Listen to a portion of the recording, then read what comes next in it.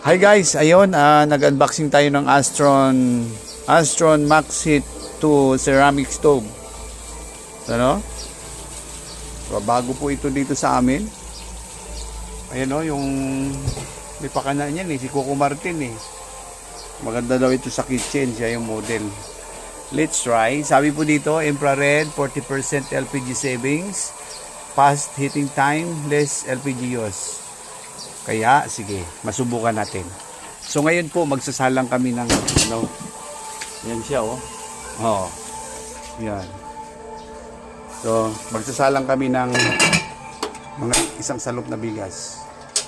So, yun, wow, nakita mo yung apoy, guys. So, yan. Isasalang namin yung pinakamahiwagang kaldero. Napakaputi yan. So, nakalagay tayo sa on pa lang. At ilalagay namin ito sa on. Paano bang high? Naka-on na lang yan Walang high and low. Ito, low sa baba. Ito yung low sa baba. At dito naman yung on lang. So, dito tayo sa gitna. Kung makita nyo guys, yung kanyang fire doon sa ilalim.